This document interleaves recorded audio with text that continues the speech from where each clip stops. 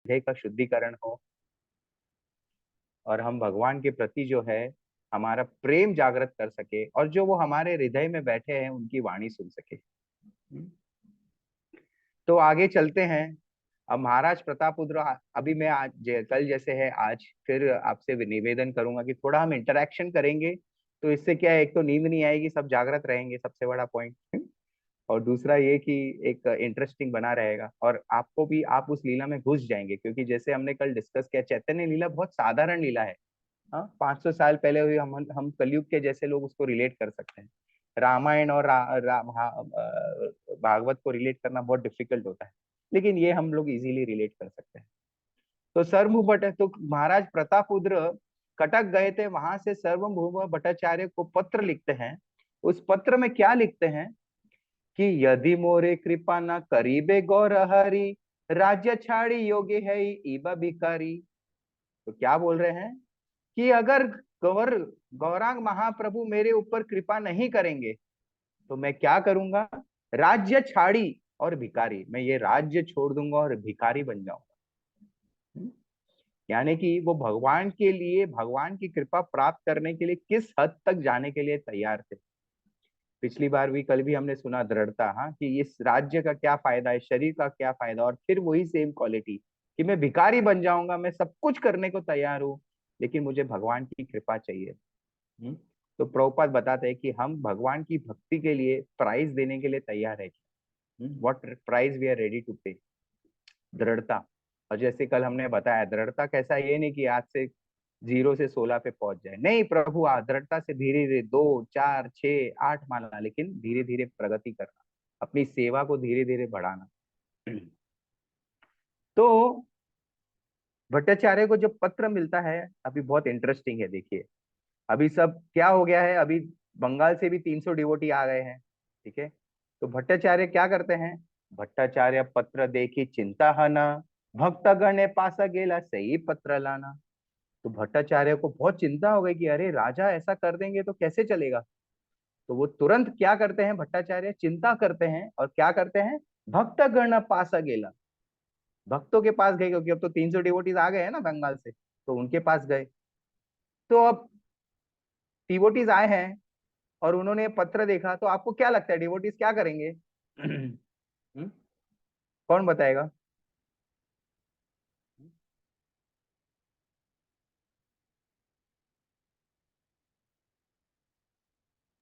कोई सांत्वना जवाब? देंगे। अभी आपको आपके फ्रेंड का कुछ प्रॉब्लम मालूम पड़ा, आपके पास किधर जाना है मंदिर में या किसी को बोलना है, अभी आपको सब मालूम नहीं ना, तो भक्त लोग बोलते हैं, अरे तो क्या हुआ, जाएंगे ना अपन महाप्रभु के पास जाके बोलेंगे। अब उनको थोड़ी मालूम है सर्वभौम भट्टाचार्य ने ऑलरेडी ये सब बोल चुका है और महाप्रभु इतना बड़ा बड़ा वर्ड यूज कर चुके हैं, काल सर्प और ये वो सब। तो सब डिवोटीज बोलते हैं, अरे क्या हुआ, इसमें प्रॉब्लम क्या है, चलो जाएंगे बात करेंगे महाप्रभु से। तो सर्वभौम भट्टाचार्य बोलते हैं, फिर पूरा बताते हैं, नहीं नहीं ऐसा हो गया है, तो सर डिवोटीज चिंता करते हैं। तो वो लोग फिर एक प्लान बनाते हैं, देखिए कितना भक्त लोगों का एसोसिएशन कितना जरूरी है, भक्त लोग कितने हद तक जा सकते हैं एक दूसरे भक्त की हेल्प करने, इसलिए वैष्णव संघ बहुत जरूरी है। हम्म? और इससे हम क्या सीख रहे हैं कि कैसे भक्त लोग भगवान के पास हमारी याचना लेके जाते हैं तो भगवान सुनते हैं। तो डिवोटीज लोग, ये बहुत इंटरेस्टिंग है, बहुत मजा आता है। तो सब भक्त लोग जाते हैं और प्लान बनाते हैं, क्या प्लान बनाते हैं कि अपन एक काम करेंगे, सब महाप्रभु के पास जाएंगे और बैठेंगे और महाप्रभु को है ना किंग प्रतापरुद्र के बारे में बताएंगे। ठीक है, तो सब ऐसा डिसाइड करते हैं। तो आपको क्या लगता है, अभी अब वो लोग महाराज चैतन्य महाप्रभु के पास जाएंगे तो किंग प्रतापरुद्र के बारे में क्या क्या बताएंगे? हम्म? राजा की क्वालिटी बताएंगे। क्या बोलेंगे? राजा की क्वालिटी बताएंगे कि वेरी गुड, राजा की क्वालिटी बताएंगे, तो क्या क्या क्वालिटी बताएंगे? बहुत बड़े वैष्णव है, दयालु है, तो वही बताएंगे। फिर उन्होंने क्या क्या सेवा की वो बताएंगे, बराबर। हम्म, अरे हम्म, हमारे सबके लिए प्रसाद अरेंज किया, हमारे सबके लिए घर अरेंज किया। तो ऐसे वही करेंगे ना हम लोग, सब तो बोलते हैं हम राजा की क्वालिटीज बताएंगे और राजा हमारी कितनी सेवा कर रहा है ये सब बताएंगे। तो सब प्लान करके जाते हैं। ठीक है, और क्या होता है, लेकिन प्लान करके जाते हैं, वहां बैठते हैं, सबकी टायर फुस, सब बैठे हैं, और एक दूसरे को तू बोल तू बोल, अरे तू बोल तू बोल, अरे तू बोल, कोई कुछ बोल रहा नहीं है। तो चैतन्य एकदम शांत। तो चैतन्य महाप्रभु बोलते हैं, अरे आप लोग आए हैं, हाँ? और लग रहा है आपको कुछ बात करनी है, लेकिन कोई कुछ बोल नहीं रहा है, क्या है बताओ। तो सब फिर भी शांत, अरे तू बोल तू बोल। फिर उसके बाद क्या होता है, सबसे डेयरिंग वाला आदमी कौन हो सकता है, कौन बताएगा? हाँ, तो और पूरे ग्रुप में कौन हो सकता है? रामानंद राय। नित्यानंद प्रभु। हाँ, तो नित्यानंद प्रभु बोलते हैं, देखो महाप्रभु, ऐसा है, ज्यादा अभी हम लोग को टाइम वेस्ट इधर करना नहीं है, ऐसा ऐसा प्रॉब्लम है, ठीक है? आप राजा ने ऐसा ऐसा पत्र लिखा है, राजा को आपसे मिलना है, आप राजा को दर्शन नहीं दे रहे हैं, तो आप दीजिए ना दर्शन, प्रॉब्लम क्या है, ऐसा बोलते हैं। तो कहते हैं अभी सब भक्त लोग बैठे, पहले तो क्या खाली सर्वभौम भट्टाचार्य थे ना, अभी तो सब भक्त लोग बैठे हैं और सब याचना लेके आए हैं। अब चैतन्य महाप्रभु क्या करेंगे, बोल देंगे हाँ ले आओ। तो चैतन्य महाप्रभु बहुत ही अच्छा कमेंट मारते, बहुत ही सार्कास्टिक कमेंट मारते, बोलते आप लोग बोल रहे हो ना चैतन्य महाप्रभु से मिलने के लिए, अरे वो क्यों आएंगे, मैं ही जाता हूँ कटक मिलने को उनको। हाँ? तो वो ऐसा टॉन्ट मारा। तो सब डिवोटी समझ गए कि चैतन्य महाप्रभु जो है मिलने वाले का मूड नहीं है, फिर भी आग्रह करते हैं। तो चैतन्य महाप्रभु फिर क्या करते हैं, बोलते हैं, बहुत मस्त श्लोक बोलते हैं, तुम्हारा सबारा आ गया आमी न मिली राजे रे, दामोदर कहे ये बे मिली तबे तान रे। तो दामोदर पंडित करके एक भक्त वैष्णव थे उधर उसके ग्रुप में, वो है ना एकदम स्ट्रिक्ट वैष्णव थे, स्ट्रिक्ट मतलब वो हमेशा महाप्रभु को डांटते रहते थे, कुछ भी महाप्रभु ने गलत किया ना, तो उनको उनका भाव ऐसा था कि डांट देते थे कि महाप्रभु ऐसा नहीं करने का, ये आप सन्यासी हो, ऐसा गलत है। तो अभी सन्यासी राजा मिलेंगे, राजा को मिलेंगे तो गलत होगा ना, तो वो बोलते हैं दामोदर पंडित बोलेंगे ना तो मैं जाके मिलूंगा। हाँ? तो अभी बॉल किसके कोर्ट में डाल दी, दामोदर पंडित के कोर्ट में डाल दी। अभी देखिए इतने सुंदर सुंदर श्लोक है, भगवान का जो हृदय है वो बाहर आएगा, और वैष्णव का हृदय देखिए, अभी दामोदर पंडित जो है वैष्णव है, हृदय से बहुत सरल है, उनका स्वभाव ऐसा है कि महाप्रभु को वो करेक्ट करते रहते हैं, लेकिन वो है हृदय से वैष्णव, तो उनका अभी वैष्णव हृदय बाहर आ रहा है। तो वो क्या बोलते हैं, दामोदर कहे तुम्ही स्वतंत्र ईश्वर, कर्तव्य सब तुम्हारा गोचर। मतलब वो क्या बोल रहे हैं कि प्रभु आप जो है स्वतंत्र ईश्वर हो, आप तो स्वतंत्र हो, ईश्वर हो, मैं कौन हूं आपको आज्ञा देने वाला। फिर आगे सुनिए, बहुत अच्छा है। आमी कौन शूद्र जीव तोमा के विधि दीबा, आपनी मिली बेतंद्र ताहो देखी बा। वो बोलते हैं मैं एक तुच्छ भक्त हूँ, मैं कौन हूँ आपको आदेश देने वाला। और फिर एक और बहुत इंपॉर्टेंट लाइन बोलते हैं, बोले मैं बोलू या ना बोलू, मुझे विश्वास है कि आप उस राजा से मिलोगे, आपने मिली बेता ते हो ताहे देखूबा, मुझे मालूम है आप मिलने वाले हो, मुझे देखना आप पक्का मिलने वाले हो। क्यों, उसका रीजन देते हैं, राजा तुम्हारे स्नेह करे तुम्ही स्नेह वश, तांड्रा स्नेह करे बेतंद्रे तुम्हारा पारस। क्यों, क्योंकि राजा जो है आपसे क्या करते हैं, स्नेह करते हैं, और आप क्या हो, आप भले ही स्वतंत्र हो, ईश्वर हो, लेकिन आप जो है स्नेह के वश में आ जाते हो। तो देखिए ये फिर भगवान की क्वालिटी बाहर आ रही है, कि भले ही भगवान जो है स्वतंत्र ईश्वर है, लेकिन अपने भक्तों की भक्ति में, अपने भक्तों के प्यार में बंध जाते हैं। तो वो बोल रहे हैं कि आप तो स्नेह के वश में आना ही है आपको, तो आपको तो चैतन्य महाप्रभु महाराज प्रतापरुद्र को तो दर्शन देना ही है, क्योंकि आप तो उसके दर्शन, आप तो स्नेह के वश में आ जाओगे। यथ यद्यपि ईश्वर तुम्हें परम स्वतंत्र, तथापि स्वभावे हाओ प्रेम परतंत्र। हाँ, समझ में आया सबको, एकदम सिंपल। हाँ, यद्यपि ईश्वर तुम्हें परम स्वतंत्र, भले ही आप ईश्वर हो, भले ही आप परम स्वतंत्र हो, लेकिन तथापि स्वभावे हाओ, आपका स्वभाव क्या है, प्रेम परतंत्र, आप प्रेम के वश में आ जाते हो। कितना सुंदर है, देखो भगवान सिर्फ हमारे प्यार के भूखे हैं। तो ऐसा पूरा पास टाइम चलता है।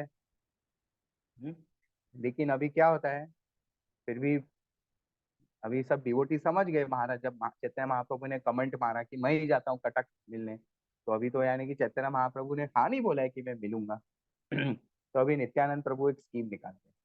नित्यानंद प्रभु बोलते हैं महाप्रभु चलो अपन एक काम करेंगे, आपको राजा से नहीं मिलना है ना, कोई बात नहीं, लेकिन हम राजा को आपका एक उपवस्त्र, आपका एक कपड़ा पहना हुआ एज अ प्रसाद भेजेंगे, एज अ गिफ्ट भेजेंगे। तो उससे राजा को क्या है, तसल्ली होगी कि हाँ भाई महाप्रभु की थोड़ी हमको कृपा मिली है। हम्म, तो राजा तो चैतन्य महाप्रभु बोलते ठीक है, आपको जैसा समझना है आप करो। तो नित्यानंद प्रभु गोविंदा को बोलते हैं, गोविंद को, कि जाओ एक महाप्रभु का उपवस्त्र लेके आओ। तो महाप्रभु का उपवस्त्र वो लेके आते हैं और चैतन्य महा नित्यानंद प्रभु को देते हैं। नित्यानंद प्रभु सर्वम भट्टाचार्य को देते हैं और बोलते हैं कि जाओ ये आप राजा को दो। अब ये मैं एक जो बोलने वाला हूँ बहुत ही इंपॉर्टेंट चीज है, आप ध्यान से सुनिए। अब राजा को उपवस्त्र मिलता है तो राजा की प्रतिक्रिया क्या होती है और उससे हम क्या सीखते हैं। ठीक है, ये बहुत इंपॉर्टेंट पॉइंट है। राजा की प्रतिक्रिया क्या होती है, राजा उस उपवस्त्र को ऐसे एक्सेप्ट करते हैं और ऐसे स्वीकार करते हैं जैसे कि स्वयं चैतन्य महाप्रभु उनको मिल गए। देखिए, अब राजा बोल सकते थे ना भट्टाचार्य को, क्या क्या बोल सकते थे? हुँ? क्या बोल सकते थे भट्टाचार्य को? वो राजा है और वो भट्टाचार्य उनके वो है, क्या बोल सकते थे कि मैं तुमको बोल रहा हूँ महाप्रभु से मिलाओ और ये तुम सब कपड़ा वपड़ा लेके आ रहे हो, क्या टाइम पास चालू है क्या? लेकिन नहीं, वैसा नहीं बोलते हैं, वो उसको ग्रेटफुली एक्सेप्ट करते हैं। तो इसमें एक बहुत इंपॉर्टेंट पॉइंट उभर के आता है कि कभी कभी हम वैष्णवों में बहुत सारी डिजायर्स होती है। हम्म? अब देखिए यहाँ पे हम क्या देख रहे हैं कि चैतन्य किंग प्रताप रुद्र की एक इच्छा है, मुझे महाप्रभु के दर्शन करने हैं। तो पूरा उसी पे चल रहा है पास्ट टाइम। तो हमारे जीवन में भी हमारे वैष्णवों की बहुत सारी इच्छाएं होती हैं। हाँ, क्या, अरे मेरी दीक्षा हो जाए, मैं इस यात्रा पे चले जाऊं, मेरे को वहां जाने को मिले, मैं इस प्रोग्राम में जाऊं। ठीक है, और कभी कभी जो है तो भक्त लोग पूछते हैं, जैसे एक कोई इच्छा हो गई कि मेरे को दीक्षा मिलनी है, या लंदन में एक डिवोटीज ये प्रभु जी बता रहे थे, सबके जैसे हमारे हमको भी इच्छा है, राइट, क्या कि कभी तो महाराज हमारे घर पे आए और हमको हम उनको कुकिंग करके कुछ खिलाएं, या या कभी तो महाराज के लिए हम कुछ पर्सनल सर्विस कर सके, हमारे गुरु के लिए। तो ऐसी अलग अलग इच्छाएं होती हैं। तो प्रश्न ये आता है कि ये इच्छा करना सही है या गलत है? सही है, हाँ, ये प्रश्न आता है। तो प्रभु जी महाराज को किसी ने एक प्रश्न पूछा कि महाराज हमारे पास इतनी आध्यात्मिक इच्छाएं हैं। हम्म? अभी लंदन में क्या हुआ, महाराज किसी के घर पे गए, डिवोटीज के घर पे, तो बाकी दूसरे डिवोटीज बड़े दुखी हो गए। अरे महाराज तो हमारे घर पे ही नहीं आते हैं, तो आप अपने इसके लिए कर सकते हैं, अरे हमको तो दीक्षा ही नहीं मिल रही है, हमको तो ये ही नहीं हो रहा है, हमको तो वो ही नहीं हो रहा है, जो भी है अपनी इच्छा कर सकते हैं अपने हिसाब से। तो ये प्रभु जी ने जाके बोल दिया। क्या बोला कि आप एक्सेप्ट कर लो कि महाराज आपके घर पे नहीं आने वाले। फिर उन्होंने बोला अरे यानी कि इच्छा नहीं करने का, इच्छा गलत करना है? तो बोलेगा नहीं। तो ये देखिए इंपॉर्टेंट पॉइंट है, इच्छा करिए, इच्छा होनी चाहिए, लेकिन वो इच्छा पूरी ना होने पे दुखी ना होइए। अरे गुरु की बाकी तो कृपा मिल रही है, उस पे ध्यान दीजिए। और तीसरी बात क्या बोली, ये बोली कि दूसरे भक्त को जो कृपा मिल रही है उसके लिए खुश होइए। ये तीन बहुत इंपॉर्टेंट पॉइंट है। हम्म? तो हमें कोई इस गिल्ट में नहीं रहना है, अरे ये मेरी इच्छा है, मैं मेरी एक सी इच्छा हो रही है उसके लिए मैं। तो महाराज को एक बार पूछा गया तो महाराज ने तीन चीजें बताई। बोले अगर ये आप तीन आपकी चेतना है तो आपकी कोई भी आध्यात्मिक इच्छाएं हैं वो वैलिड है, उसमें कोई दोष नहीं है। क्या तीन चीजें बताई? पहली चीज ये बताई कि आप सिंसियर हो। ठीक है, सिंसियर को हिंदी में क्या बोलेंगे, जो भी है तो पहली चीज ये कि आप सिंसियर हो। दूसरी चीज ये कि आप भक्तों से ईर्ष्या नहीं करते हो। और तीसरी चीज ये कि आप वैष्णव अपराध नहीं करते। तो बोले ये तीन चीज अगर आप नहीं है, आप सिंसियर हो, आप ईर्ष्या नहीं कर रहे हो और आप वैष्णव अपराध नहीं कर रहे हो, तो आपकी जो भी आध्यात्मिक इच्छाएं हैं उस आध्यात्मिक इच्छाओं में कोई दोष नहीं है। परंतु इस तो वो एक चीज हो गई। और इससे हम क्या सीख रहे हैं कि यस, हम चाहते हैं हमारी इच्छा हो, लेकिन बाकी गुरु की कृपा को ना भूले। अरे गुरु ने हमें हरि नाम दिया, वैष्णवों का संग दिया, हम्म, और इतने 2-2 3-3 घंटा लेक्चर देते हैं, वो हम सुन सकते हैं, इतनी सारी फैसिलिटीज दे रहे हैं एज अ गुरु। हम्म, तो उसे उसे हमें नहीं नकारना चाहिए। हम्म, तो ये बहुत इंपॉर्टेंट पॉइंट है कि कोई भी हमारी आध्यात्मिक इच्छाओं के लिए हमें गिल्ट नहीं होना चाहिए। हमें जरूर प्रयत्न करना चाहिए, पर उसके साथ साथ ये भी देखना चाहिए कि कैसे हमें गुरु की कृपा मिल रही, तो अलग तरीके से मिल रही। तो यही राजा प्रतापरुद्र सिखा है। जब उन्हें वो कृपा मिलती है, तो ये नहीं सोचते अरे मैं तो ये मिलने के लिए बोल रहा हूँ और तुम्हें ये उपवस्त्र ले आ रहे हो। नहीं, उसको ग्रेटफुली, मतलब ग्रेटफुल को क्या बोलते हैं हिंदी में? आभार, कृतज्ञता से उसे स्वीकार करते हैं। ये कृतज्ञ हृदय होना बहुत बहुत आवश्यक है। जो भी हमारे जीवन में हो रहा है, उसमें मैं अपना पर्सनल एक्सपीरियंस बोलूंगा, जो भी हमारे जीवन में हो रहा है उसमें ये देखिए अपॉर्चुनिटी कि कैसे मैं भगवान की सेवा कर सकूं और भगवान को उस परिस्थिति के लिए कृतज्ञ रहिए। अगर हम ये सोचेंगे क्या भगवान ने मुझे ऐसी परिस्थिति में डाल दिया, दोष देना शुरू करेंगे भगवान को और कृतज्ञ भाव से नहीं रहेंगे, तो हमारे भक्ति में हम आगे नहीं बढ़ पाएंगे। हाँ, कभी कभी मन में आता है अरे कहाँ फंस गए, कोई बात नहीं, लेकिन ओवरऑल हमारा चेतना क्या होना चाहिए कि हम कैसे जो है भगवान की हर परिस्थिति में ये ढूंढे कि मैं कैसे भगवान की सेवा कर सकूं और भगवान की कृतज्ञ रहे, गुरु की तरफ कृतज्ञ रहे, वैष्णव की तरह कृतज्ञ रहे। तो राजा को जो उपवस्त्र मिलता है, बड़े ही खुश होते हैं, उनको बड़ा आनंद होता है, बड़े कृतज्ञ होते हैं सर्वभूपाचार्य भट्टाचार्य की ओर कि गुरु की कृपा मिली। भले ही महाप्रभु नहीं मिले, लेकिन कुछ तो कृपा मिली गुरु से। उनकी गुरु लेके आते हैं। तो कथा आगे बढ़ती है। अब सब वैष्णव जो हैं इसी एक मिशन में लग गए हैं कि महाराज प्रतापरुद्र को कैसे राजा से मिलाया जाए, चैतन्य महाप्रभु से। तो चैतन्य लीला में 4 भक्त ऐसे हैं जो बहुत ही हाईली क्वालिफाइड है, और चैतन्य महाप्रभु को उनके साथ डीलिंग करने में बहुत आनंद प्राप्त होता है। 4 भक्त कौन है? सर्वभौम भट्टाचार्य, क्योंकि वो हेड प्रिस्ट थे। मतलब कहने का मतलब है कि वो बहुत ही डिग्निटी, क्या बोलते हैं, 2 बड़े व्यक्ति कैसे बात करते हैं, मतलब एकदम रिस्पेक्ट और एकदम सेंसिटिव, हाँ, सूक्ष्म तक तरीके से, वैसे ये 4 भक्त लोग चैतन्य महाप्रभु के साथ व्यवहार करते हैं। तो पहले हो गए सर्वम भट्टाचार्य, क्योंकि वो हेड प्रीस्ट थे, तो उनको वो उनमें वो नेचुरल वैष्णव क्वालिटीज थी। सेकंड है रामानंद राय, क्योंकि वो गवर्नर थे। तीसरे है रूप गोस्वामी और सनातन गोस्वामी, क्योंकि वो मिनिस्टर्स थे। और चौथे हैं रघुनाथ दास गोस्वामी, क्योंकि वो भी बहुत बड़े इसके पुत्र थे, मर्चेंट। तो ये जो 4 व्यक्ति है, ये बहुत ही महाप्रभु के साथ एकदम अलग ही लेवल का इनका डीलिंग होता है। तो उसमें से रामानंद राय क्या करते हैं, अब वो गवर्नर रह चुके हैं, तो उनको पता है कि कैसे बड़े लोगों से बात की जाती है, कैसे सूक्ष्म तरीके से बात की जाती है। तो रामानंद राय जो है, वो रोज महाप्रभु को किंग प्रतापरुद्र के बारे में इस तरह से उस तरह से बताते रहते हैं, और डायरेक्टली इनडायरेक्टली महाप्रभु को पुश करते रहते हैं कि आप प्रतापरुद्र से मिलो, आप प्रतापरुद्र से मिलो, आप प्रतापरुद्र से मिलो। तो एक दिन महाराज चैतन्य महाप्रभु बोलते हैं कि देखो रामानंद राय, तुम ये रोज का जो करते हो ना, महाप्रभु महाराज प्रतापरुद्र से मिलो, ये मुझे जमता नहीं है। ठीक है, तो एक काम करते हैं, ठीक है, मैं राजा से तो नहीं मिलूंगा।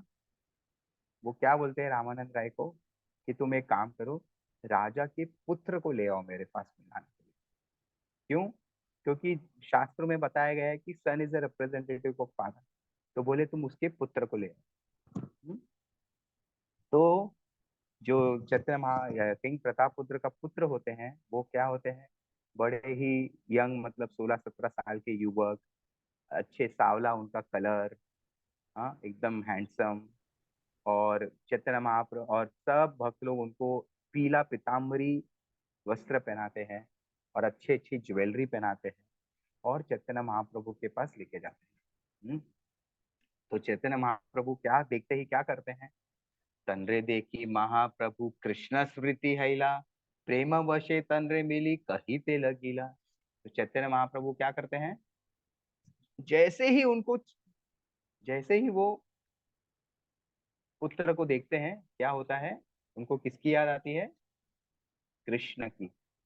तन्नद्रे की महाप्रभु कृष्ण स्मृति हैला, उन्हें किसकी याद आती है, कृष्ण की याद आती है। और फिर क्या बोलते हैं, वो बोलते हैं, एही महाभागवत यानारा दर्शने, ब्रजेंद्र नंदन स्मृति हय सर्वजने। चैतन्य महाप्रभु बोलते हैं, अरे तुम कौन हो, तुमको देखते ही मुझे कृष्ण की याद आ गई। तो देखिए, ये एक और एक अच्छा इंपॉर्टेंट पॉइंट है, इसको बोलते हैं उद्दीपन। उद्दीपन मतलब ट्रिगर। क्या देख के हमें कृष्ण का याद आता है, ट्रिगर। इसलिए हम जब भगवान की विग्रह की सेवा करते हैं, यात्रा में जाते हैं, या कुछ भी करते हैं, तो उससे क्या होता है, हमारे लाइफ में ट्रिगर होते हैं। जैसे कोई बहुत, क्या बोलते हैं, भगवान के विग्रह की सेवा में लीन होता है, तो जैसे ही कोई फूल देखेगा उसको क्या याद आएगा, अरे ये फूल मैं भगवान के विग्रह के लिए ले जाता हूँ। कोई भी अच्छा ड्रेस देखेगा तो क्या याद आएगा, अरे मेरे डीटीज के लिए अच्छा ड्रेस पहना था। कोई भी अच्छा कहीं खाना खाएगा तो क्या आएगा, अरे मैं मेरे डीटीज के लिए ये सेम भोग लगा था। तो ट्रिगर। उसी तरह प्रभुपाद बोलते हैं परपट में कि हम वैष्णव लोग तिलक क्यों लगाते हैं, क्योंकि तिलक देखते ही सामने वाले को क्या याद आएगा, अरे ये तो कृष्ण का भक्त है। तो ट्रिगर। तो इसलिए जब हम मंदिर में जाते हैं तो चैतन्य महाप्रभु प्रभुपाद बोलते हैं कि हमें वैष्णव अटायर और तिलक में जाना चाहिए। क्यों, क्योंकि it is a trigger for others to remember Krishna, उद्दीपन। तो हमारे जीवन में भी हमारे एक ऐसे अलग अलग ट्रिगर्स होने चाहिए जिससे हमें कृष्ण भगवान की याद आए। कि अरे ये मैं मेरे विग्रह के लिए करूँ, या ये मैं मेरे गुरु के लिए करूँ, या ये मैं मेरे वैष्णव के लिए करूँ। तो हमारे कोई, जैसे हमारी ईयरली सेवा हो सकती है, जैसे अब जन्माष्टमी आने वाली है, तो हम उसके भाव में आ जाएंगे, अरे जन्माष्टमी के लिए ये सेवा करना है। तो प्रभुपाद ने ये जो भी हमें दिया है, इतने सारे फेस्टिवल्स, इतने सारे मंदिर, इतनी सारी सेवाएं, यात्रा, ठीक है, जो भी हमें फैसिलिटीज हमारे गुरु दे रहे हैं, हमारा मैनेजमेंट दे रहा है, ये सिस्टम दे रहा है, वो सिर्फ इसी चीज के लिए है कि हम हमारे जीवन में उस चीज को देख के ट्रिगर हो जाए, कृष्ण को याद करने के लिए। Trigger for remembering Krishna. अब जगन्नाथ रथ यात्रा निकलेगी, हाँ, वो मंदिर से लेके कुक्कटपल्ली तक, तो वो हमारे लिए ट्रिगर हो गया, अरे पिछले साल यही रास्ते पे रथ यात्रा निकली थी, अरे पिछले साल यहीं रुक के हमने प्रसाद खाया था, अरे यही हमने बुक डिस्ट्रीब्यूशन किया था। तो जो भी हम इस, क्या बोलते हैं, ऐसे यात्रा में या ऐसे उत्सव में अगर हम पार्ट लेते हैं, तो पूरी चेतना हमारी जागृत रहनी चाहिए। क्योंकि जब हम जागृत रहेंगे, ठीक है, तब हम उसको हमारे अंतर ध्यान करते हैं उस मोमेंट को, और फिर जब दूसरी बार उस रास्ते पे जाएंगे तो हमें याद आएगा, अरे पिछले साल यही तो हम जगन्नाथ जी के रथ यात्रा में करते, अरे पिछले साल यही तो हम ऐसा कर रहे थे, अरे पिछले संडे यही तो हमने क्लास सुनी थी। तो हमारे जीवन में उद्दीपन, ट्रिगर। तो ये चैतन्य महाप्रभु क्या बता रहे हैं कि उस बच्चे को देख के उनको कृष्ण का ट्रिगर हो गया। फिर चैतन्य महाप्रभु देखिए, वो प्रभु है और ये कृष्ण है, लेकिन चैतन्य महाप्रभु जो है वो भक्त के भाव में आए। तो वो कितना, देखिए एक भक्त का हृदय कैसे होता है। चैतन्य महाप्रभु उस बच्चे को क्या बोल रहे हैं, कृतर्था कृतार्था हा इलाना आमी इन्हारा दर्शने, एत बाली पुनः तारे कैला आलिंगने। तो क्या किया, उस बच्चे को आलिंगन किया, क्या बोल के आलिंगन किया, कि मैं तुम्हारा कृतज्ञ हूँ, कितना कृतज्ञ हूँ, क्यों, क्योंकि तुमको देख के मुझे कृष्ण की याद आ गई, तो मैं तुम्हारा बहुत आभारी हूँ। और वो बोल के उसको ये कर दिया। तो अब आप सोचिए, महाप्रभु अगर आपको आलिंगन करेंगे तो क्या होगा। तो जैसे ही महाप्रभु ने इस बच्चे को आलिंगन किया, ठीक है, वो बच्चे में भक्ति की वो आ गई, हाँ, एक लहर। और वो एकदम, क्या बोलते हैं, सारे भक्ति के सिम्टम्स जो हैं एग्जिबिट दिखाने लगा। प्रभु सर, प्रभु स्पर्शे राजा पुत्रेता हैला प्रेमावशे। हाँ, तो प्रेम, वो प्रेम, उसको प्रेम महसूस हुआ, भगवत प्रेम। तो उस भगवत प्रेम में क्या हुआ, श्वेद कंप अश्रु स्तंभ पुलक विशेषा। तो क्या हुआ ये सब सिम्टम्स दिखे, श्वेद, कंप, अश्रु, स्तंभ, आंखों से आंसू आने लगे, स्तंभ हो गया, वो एकदम स्टैचू जैसा हो गया। ऐसे अलग अलग सिम्टम्स आने लगे। तो कभी कभी होता है बराबर, जैसे हम कहीं डीटीज के दर्शन करने जाते हैं, इतना सुंदर दर्शन होता है कि हम प्रार्थना ही करने भूल जाते हैं, बस देखते रहते हैं, प्रभु क्या मांगो आपसे, कुछ नहीं चाहिए, बस यही दर्शन करने। तो ये एक भक्ति का लक्षण है कि हम इतने स्तंभ हो गए भगवान को देख के। मेरे साथ तो ऐसा बहुत बार होता है, ऐसी ऐसी इच्छाएं रहती है, जब गोपीनाथ मंदिर के पास जाता हूँ तो लगता है प्रभु क्या चाहिए, क्या फालतू का, ये प्रॉब्लम सॉल्व कर दो, वो प्रॉब्लम सॉल्व करके लेके आए हो, आपके चरणों में रखो, बस आपकी सेवा दो और कुछ नहीं चाहिए मुझे। तो स्तंभ, अश्रु, तो ये सब लक्षण उसमें दिखने लगे। तो फिर वो क्या किया, कृष्ण कृष्ण कहे नाचे करे ये रोदना। तो वो लड़का क्या कर रहा है, कृष्ण कृष्ण करके नाच रहा है। तांड्रा भाग्य देख किस लागा करे भक्त गणा। अब देखिए ये एक बहुत इंपॉर्टेंट पॉइंट है। अब ये बच्चा कौन है, महाराज प्रतापरुद्र का बच्चा है, ठीक है। उसको महाप्रभु ने आलिंगन किया और वो बच्चे में क्या हुआ, उसके भक्ति मिली, कृष्ण कृष्ण करके वो नाचने लगा। तो कई बार क्या होता है, हम देखते हैं हमारे मंदिर में, हमारे सेवा ग्रुप में, देखिए ये मैं इतना डिटेल में क्यों बता रहा हूँ, क्योंकि ये सब प्रैक्टिकल प्रॉब्लम्स है। हम जब कोई भी सेवा करने जाते हैं, और चैतन्य लीला से यही सब हम प्रैक्टिकल डीलिंग सीख रहे हैं। तो कितनी बार क्या होता है कि हम लोग सेवा करने जा रहे हैं, खूब सालों से मंदिर जा रहे हैं, लेकिन बस नया नया कोई माता जी आने लगे, प्रभु जी आने लगे, 1 साल 2 साल में हम देखते अरे उसकी दीक्षा हो गई, उसको बड़ी बड़ी सेवाएं मिल रही है, भक्ति वृक्ष लीडर बना दिया, या डीटी की कोई सेवा मिल गई, या ऐसा हो गया वैसा हो गया, हाँ।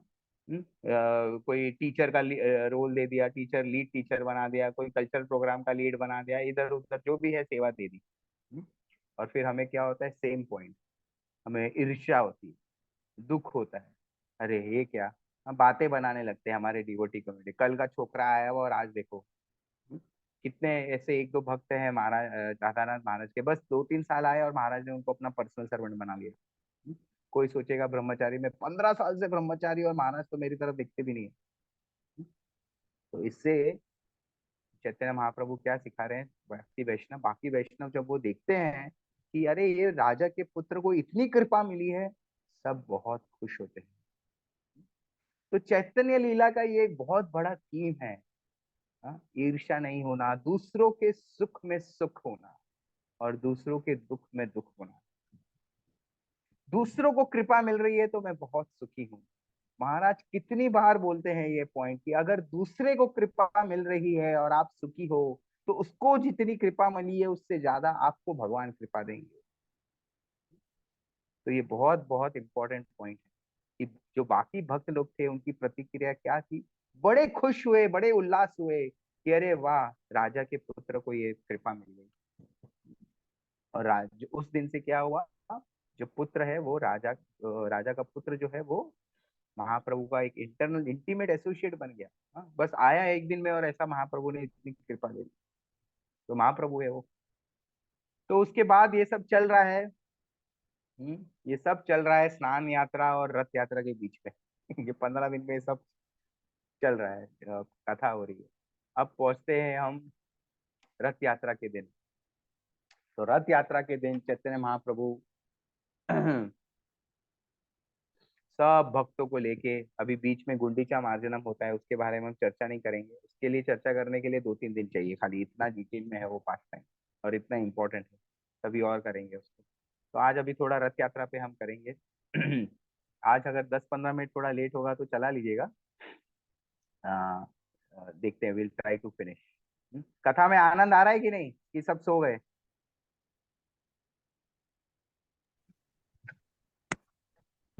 आ रहा है। एक ही आवाज आ रही है कब से? आ रहा है, आनंद आ रहा है। ठीक है, चलिए, मेरा प्यूरिफिकेशन हो रहा है उतना मुझे मालूम है। ओके, तो अब चैतन्य, अभी ये जो मैं लास्ट आधे घंटे 45 मिनट हम चर्चा करेंगे, ये जो है, ये प्रभुपाद ने जो है कृष्ण का हृदय निकाल कर हमको दे दिया है। जो इससे सीख हमको मिलने वाली है, बहुत इंपॉर्टेंट है। देखिए अभी बहुत आनंद आएगा इसमें। मेरे को लगता नहीं 5:30 तक खत्म हुआ, क्योंकि मुझे जल्दी बोलना नहीं है, हमको बहुत डिटेल में जाना है, क्योंकि बहुत छोटे छोटे पॉइंट्स और बहुत एकदम क्या बोलते हैं, आनंदित करने वाले कथा है। तो चैतन्य महाप्रभु रथ यात्रा के दिन पहुंचे। पांडु विजय करके फेस्टिवल होता है। पांडु विजय फेस्टिवल मतलब भगवान को जो है मंदिर के अंदर से रथ में लाया जाता है। और अगर आप जो जगन्नाथपुरी जा रहे हैं, अगर आपको मौका मिले तो छत पे चढ़ के ये दृश्य देख सकते हैं कि कैसे भगवान को बाहर लाया जाता है। जब हम 2001 में फर्स्ट टाइम गए थे, तो जब यंग थे, चढ़ सकते थे, तो चढ़ गए छत पे दो चार भक्तों के साथ, और ये आनंद देखा। बहुत आनंद से भगवान बाहर आते हैं, और एकदम नाचते नाचते भगवान बाहर आते हैं। हम्म? और अगर आप जो पांडस लोग हैं, जो दैत्य लोग हैं, जो भगवान को बाहर लेके आते हैं, बड़ा एक तकिया रखते हैं अपने और भगवान के बीच में। और भगवान को उस तकिए से और अपने शरीर से बांधते हैं, और फिर भगवान को लेके आते हैं। और आप देखेंगे तो भगवान बहुत हिलते हैं। हम्म? तो अगर आप दैत्य लोगों को पूछेंगे कि अरे आप हिलते हिलते भगवान को क्यों लेके आते हैं बाहर, तो मेरे सामने मुरलीधर प्रभु जी ने दैत्य लोगों को पूछा था, और दैत्य लोगों ने, और ये चैतन्य लीला में भी यही सेम लिखा हुआ है कि दैत्य लोग आपको कहेंगे कि अरे हम भगवान को नहीं लेके आते हैं बाबा, भगवान हमको लेके आते हैं। वो इतने खुश हैं, इतना नाचते हुए इतने खुश है, इतना बोल रहे नाचते हुए उनको आना है। तो हम तो खाली ये देखते हैं कि भगवान जितना हो सके सीधा आ जाए। और भगवान हमको लेके आ रहे हैं, तो इतना सुंदर दृश्य है वो। हाँ, भगवान जब इतने आनंदित है कि मैं अभी रथ पे जाने वाला हूँ और रथ यात्रा होने वाली है, तो एकदम नाचते नाचते हिलते डुलते वो बाहर आते हैं, रथ पे बैठते हैं, वहां उनकी बहुत पूजा होती है। और रथ चालू होने से पहले क्या होता है, महाराज प्रताप रुद्र आते हैं और क्या करते हैं, महाप्रभु सुख पाइला से सेवा देखीते, महाप्रभु कृपा हैला से सेवा हैते। हम्म? उन्होंने क्या किया, महाप्रभु जो है किंग प्रतापरुद्र वहां पे झाड़ू लगाते हैं भगवान के रथ के सामने। और जब चैतन्य महाप्रभु महाराज प्रतापरुद्र को स्वयं अपनी आंखों से देखते हैं कि ये मेरा राजा कितने तुच्छ सेवा, मीनियल सेवा में लगा हुआ है, तो वो बहुत प्रसन्न होते हैं। इसलिए हमारे गुरु और भक्ति सिद्धांत सरस्वती ठाकुर कहते हैं कि भगवान को देखने की कोशिश मत करो, भगवान की सेवा करो कि भगवान आपको देखना चाहे।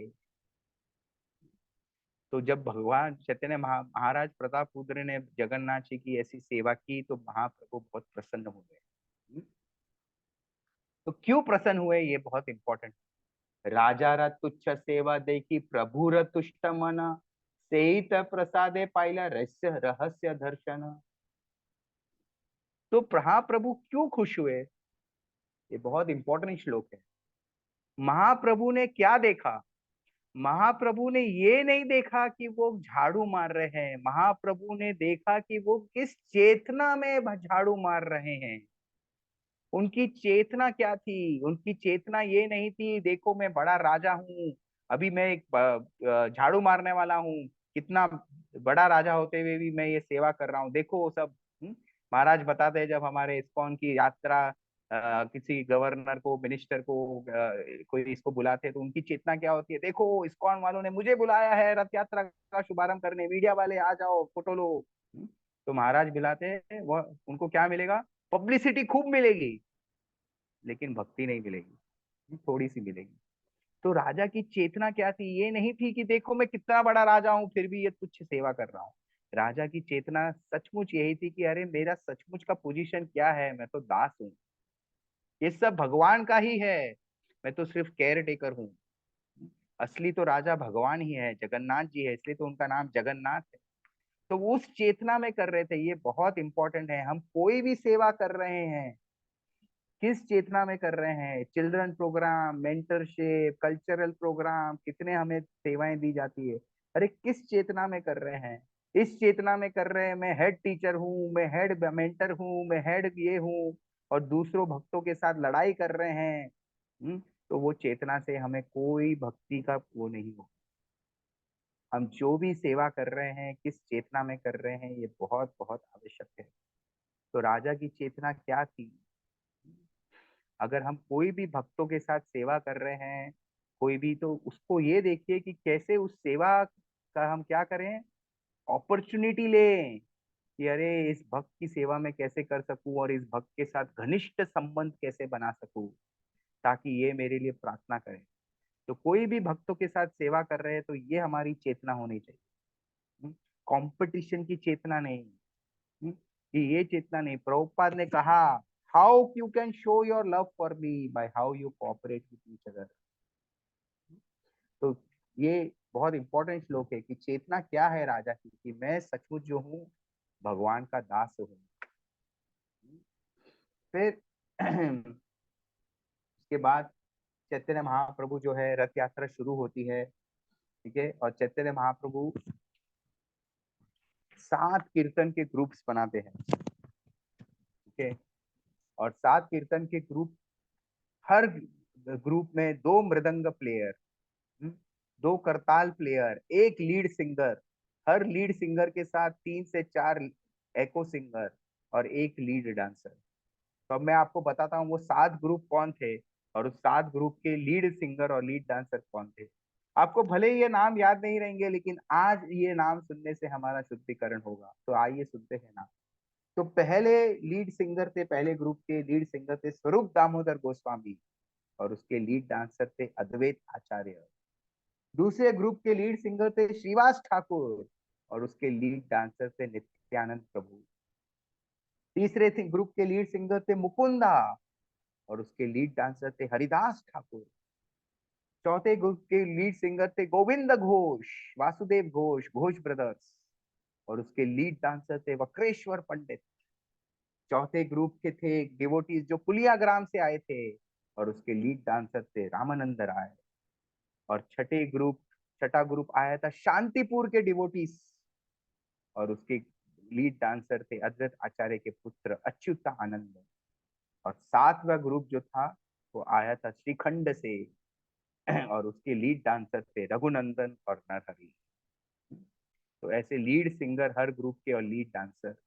और जगन्नाथ जी बड़े ही प्रसन्नता से रथ पे बैठे हैं। तो क्यों? तो जगन्नाथ रथ यात्रा का क्या बोलते हैं, मेन सिग्निफिकेंस क्या है, इसके पीछे मेन कारण क्या है, तो इसके पीछे हम 2 मिनट कहानी सुनेंगे। तो जब कृष्ण भगवान द्वारका गए, वो जब वृंदावन से निकले कंस को मारने के लिए, तो उसके बाद कभी वृंदावन गए ही नहीं। तो जब कुरुक्षेत्र में युद्ध शुरू होने वाला था, तो एक्लिप्स को क्या बोलते हैं, ग्रहण का दिन था। और उस समय वो सारे वृंदावन वासियों को कुरुक्षेत्र बुलाते हैं ग्रहण के दिन। तो नंद बाबा, यशोदा मैया, राधा रानी और सारे गोपीज गोपाल सब कृष्ण को मिलने आते हैं। लेकिन गोपियों का क्या भाव है उस समय जब वो कृष्ण भगवान को देखते हैं? बोले तुम वही कृष्ण हो, तुम वही कृष्ण हो, लेकिन अब क्या है, तुम्हारे सर पर मुकुट है, हमें वो अच्छा नहीं लग रहा है, हमें वो कृष्ण चाहिए जिसके सर पे मोर पंख हो। तुम वही कृष्ण हो, लेकिन आज तुमने बड़े बड़े ज्वेलरी पहन रखी है, रत्न पहन रखे हैं, मोती पहन रखा है, सोना पहन रखा है, लेकिन हमें वो कृष्ण चाहिए जिसने गुंज माला पहन रखी हो, तुलसी माला पहन रखी हो वृंदावन। तुम वही कृष्ण हो जिन्होंने आलीशान कपड़े पहन रखे हैं, लेकिन हमें वो कृष्ण चाहिए जिसने सीधी सादी धोती कुर्ता पहन रखा। तुम वही हासन चक्र है, धनुष बाण है, गदा है, लेकिन हमें वो कृष्ण चाहिए जिसके हाथ में बांसुरी हो। तो ऐसा डिटेल में डिस्क्रिप्शन देते हैं भागवत में, ये श्लोक आते हैं। और फिर सब राधा रानी और सब गोपियां जो हैं कृष्ण को अपनी ओर खींच रही है, चलो कहना, चलो कृष्ण, चलो वृंदावन वापस चलो। हमें वही कृष्ण चाहिए जिसके हाथ में बांसुरी हो, सर में मोर पंख हो।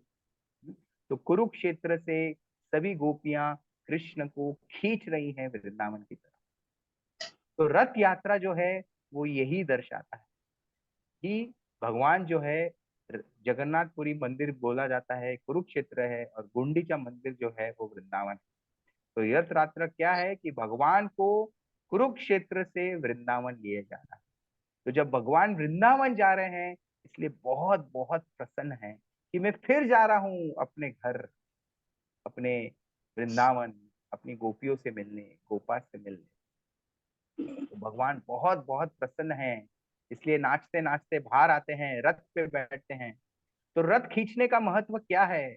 रथ खींचने का महत्व है कि हम हमारे हृदय को वृंदावन बनाएं और भगवान को उसमें खींच के बिठाएं। हृदय को वृंदावन बनाना मतलब क्या कि यही सब क्वालिटी, सबसे बड़ी क्वालिटी क्या?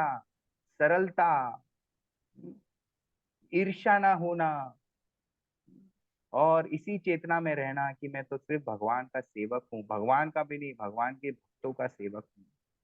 तो जब इस चेतना में रहेंगे और क्या बोलते हैं, इस चेतना से रथ खींचेंगे, तो रथ किस चेतना में खींचना है कि भगवान को मैं अपने हृदय में बुला रहा हूँ और मुझे अपना हृदय वृंदावन बनाना है।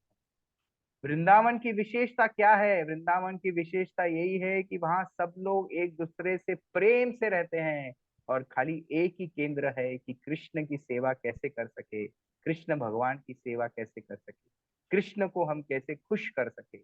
उनकी खुशी ही हमारी खुशी है और उधर कोई कंपटीशन नहीं है, सब एक दूसरे को सपोर्ट कर रहे हैं। हम्म? राधा कृष्ण को मिलाने में सारी गोपियां सपोर्ट कर रही है, कोई कंपटीशन नहीं है कि कृष्ण राधा को क्यों ज्यादा भाव देते हैं, हमें नहीं मिलते, नहीं। हम्म? तो वृंदावन मतलब no competition in the heart, Vrindavan मतलब no envy in the heart, ईर्ष्या नहीं, कंपटीशन। तो इसी भाव से, इसी भाव को ध्यान में रखते हुए चैतन्य महाप्रभु रथ यात्रा शुरू होने से पहले दो श्लोक बोलते हैं। एक श्लोक तो आप सबको पता होगा, जो हम भगवान को भोग लगाने के समय लगाते हैं। नमो ब्राह्मणे देवाय गो ब्राह्मणे हिताय च। क्या है आगे? नमो ब्राह्मणे देवाय गो ब्राह्मणे हिताय च, कृष्णाय देव, नहीं क्या, जगत हिताय। जगत हिताय कृष्णाय जगत हिताय गोविंदाय कृष्णाय नमः। गोविंदाय नमो नमः। तो कृष्ण जो है जगत के ब्राह्मणों के गाय के पालनहार। और फिर ये जो मैं दूसरा श्लोक बोलने वाला हूँ, अब से जो कथा शुरू होगी वो इसी श्लोक पे आधारित होगी, इसी चेतना पे आधारित होगी। तो महाप्रभु क्या बोल रहे हैं? ये प्रभुपाद ने हमको बहुत बड़ा बड़ा गिफ्ट दिया है। चैतन्य महाप्रभु क्या बोल रहे हैं? नाहम विप्रो न चर नरपतिर, नापि वैश्यो न शूद्रो, नाहम वर्णी न च ग्रहपति, न वनस्थो यतिर्वा, किंतु प्रोदयन निखिला परमानंद पूर्णमृतभे, गोपी भरतुर पद कमलयो, दास दास अनुदास। बहुत ही इंपॉर्टेंट श्लोक है ये, हमारे वैष्णव गौड़ीय वैष्णवों के लिए ये श्लोक हमेशा हमें याद रखना चाहिए। तो चैतन्य महाप्रभु किस चेतना में रथ यात्रा का आरंभ कर रहे हैं? इस चेतना में मैं कौन हूँ?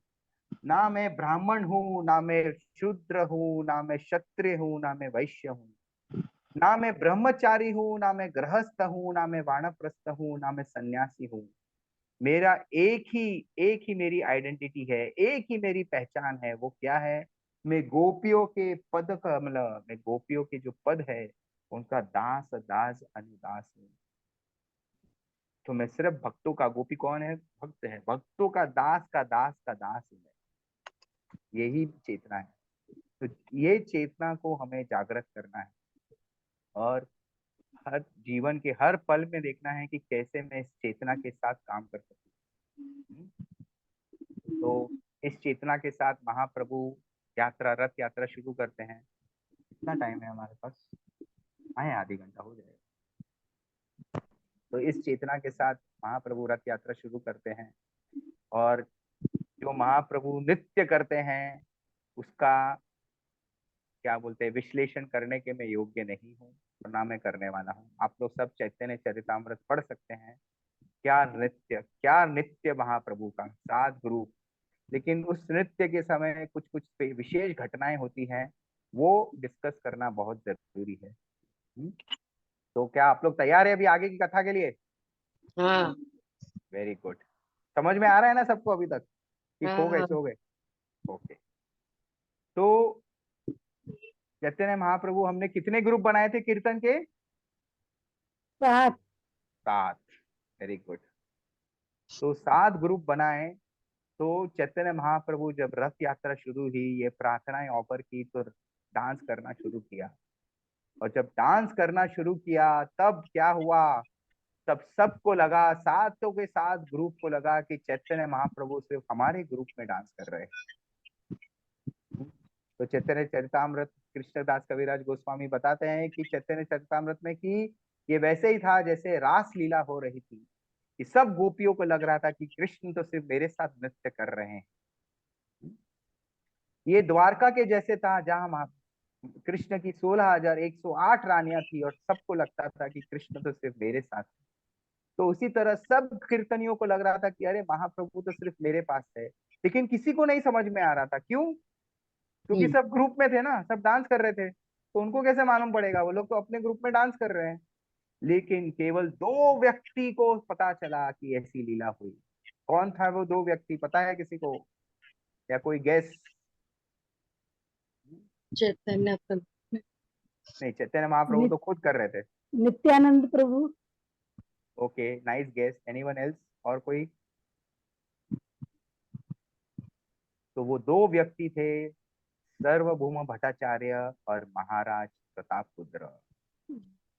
देखिए क्या कृपा बरसाई महाप्रभु ने महाराज प्रताप रुद्र पे, कि ये कोई नहीं देख सकता था लेकिन महाराज प्रताप रुद्र देख सके। तो महाराज प्रताप रुद्र ने जब अपने गुरु सर्वभौम भट्टाचार्य को कहा कि गुरु भट्ट जी, ये क्या देख रहा हूं मैं, चैतन्य महाप्रभु सातों सात ग्रुप में नाच रहे हैं।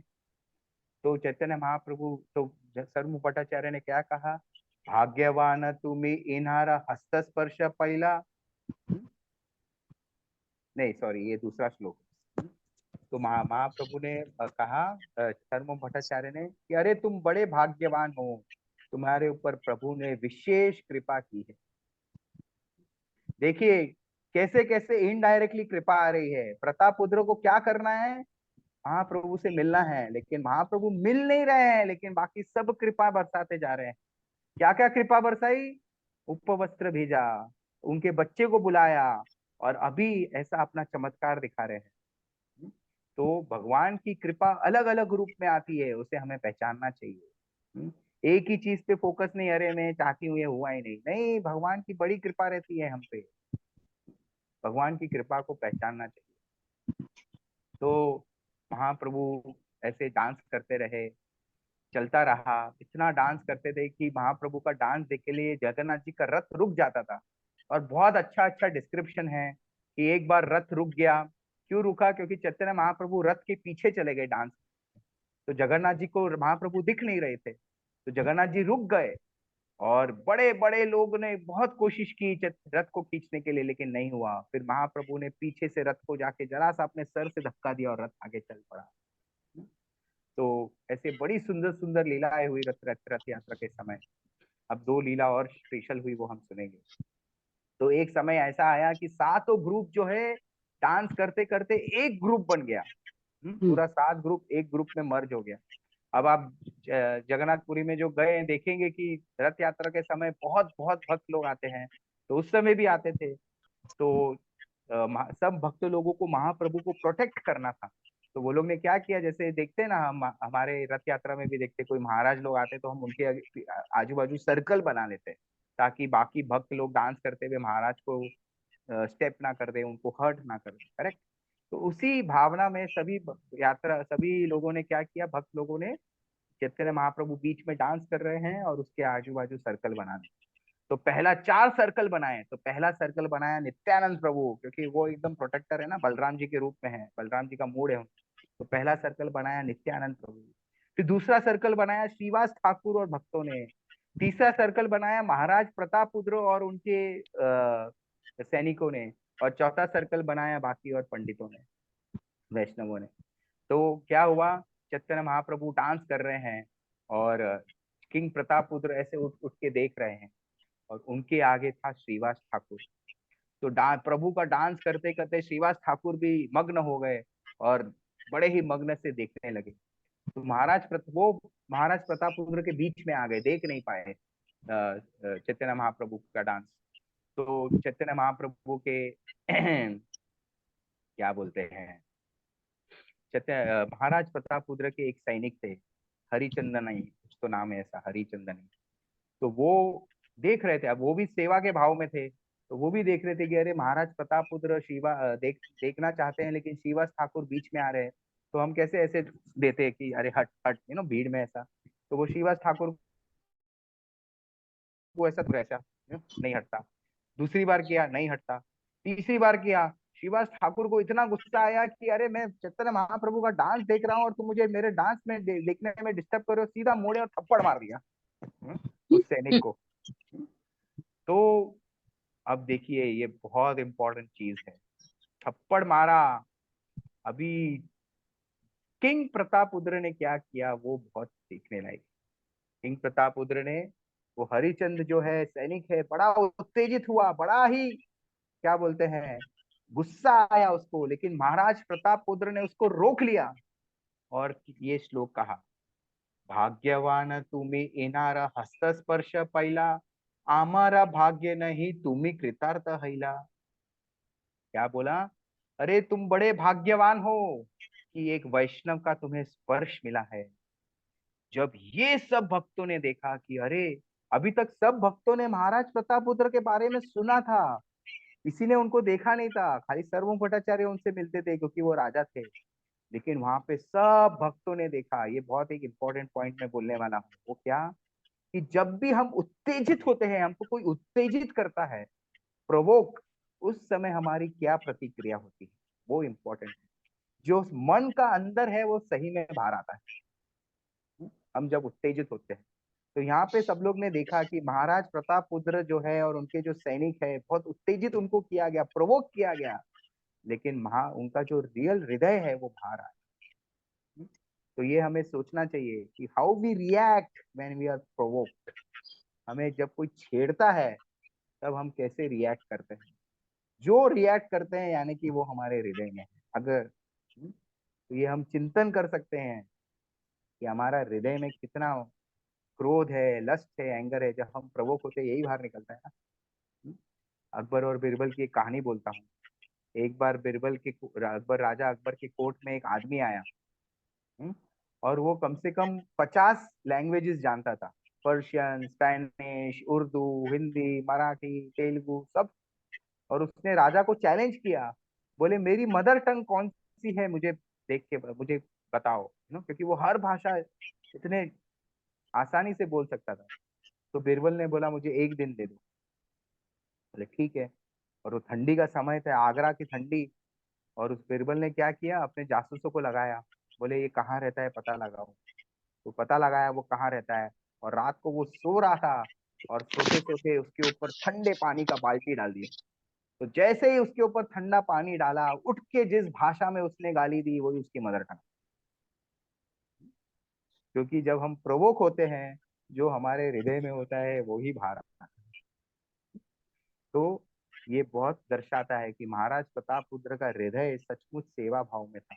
और हम भी चिंतन कर सकते हैं, कोई वैष्णव ने हमारी निंदा कर दी, कोई वैष्णव ने हमको कुछ उटपटांग कह दिया, सेवा करते हुए कुछ बोल दिया, तो हमारी क्या प्रतिक्रिया है। हाँ? उसके बारे में हम निंदा करने लगे, सेवा छोड़ के आ गए, क्या कर रहे हैं हम। हम्म? वही हमारे हृदय में। तो उसके ऊपर हमें काम करना चाहिए, हमें अपने आप को सुधारना चाहिए। यहाँ पे चैतन्य महाप्रभु, किंग प्रतापरुद्र।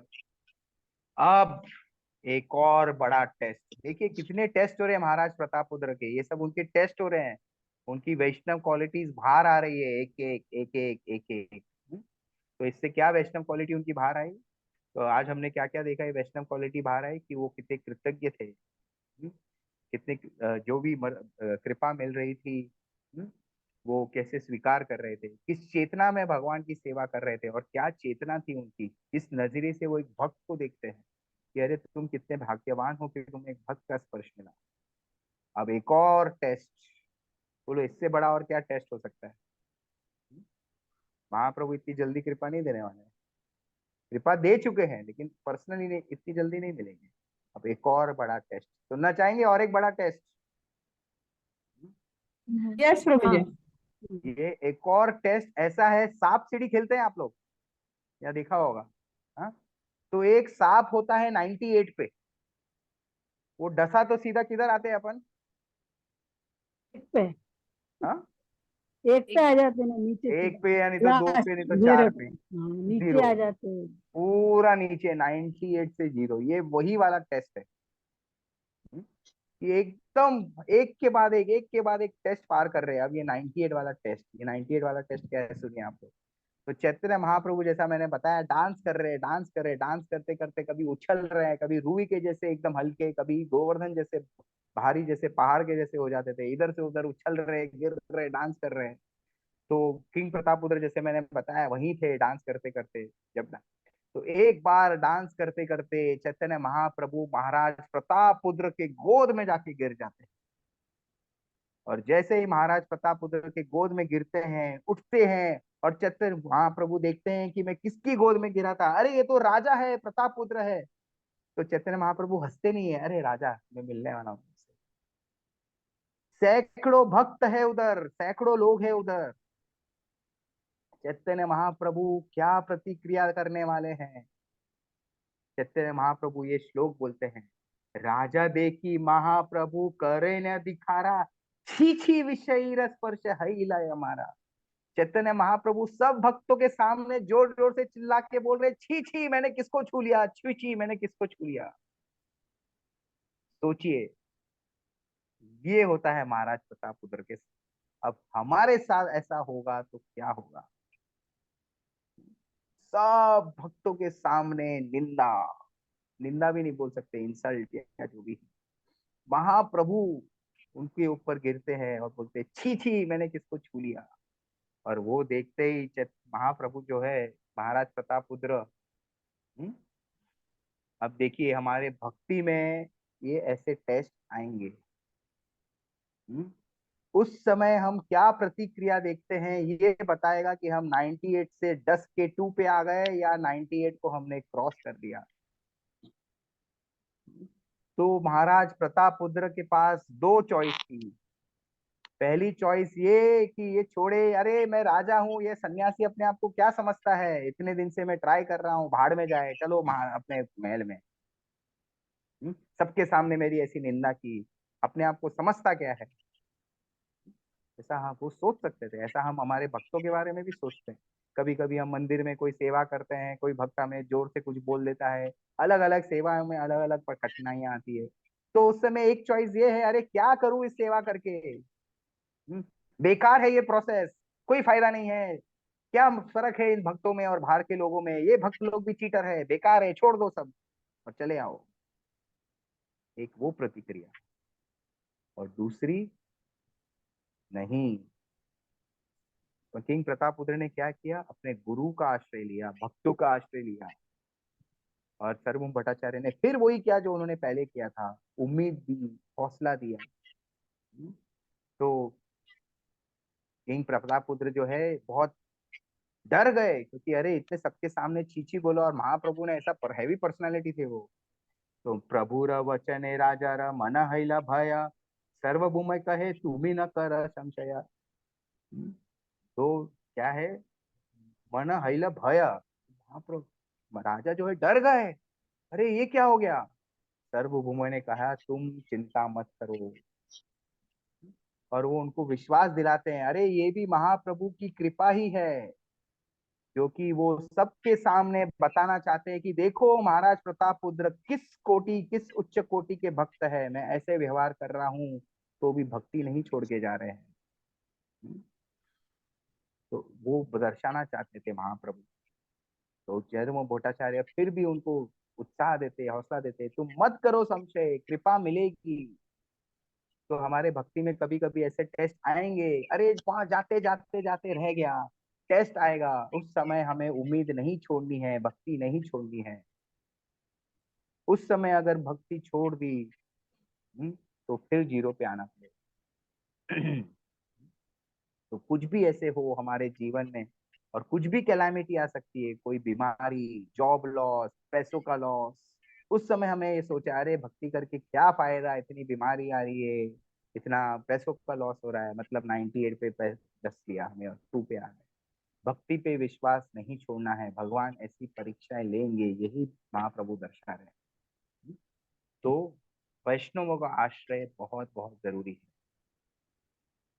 तो आगे चलते हैं।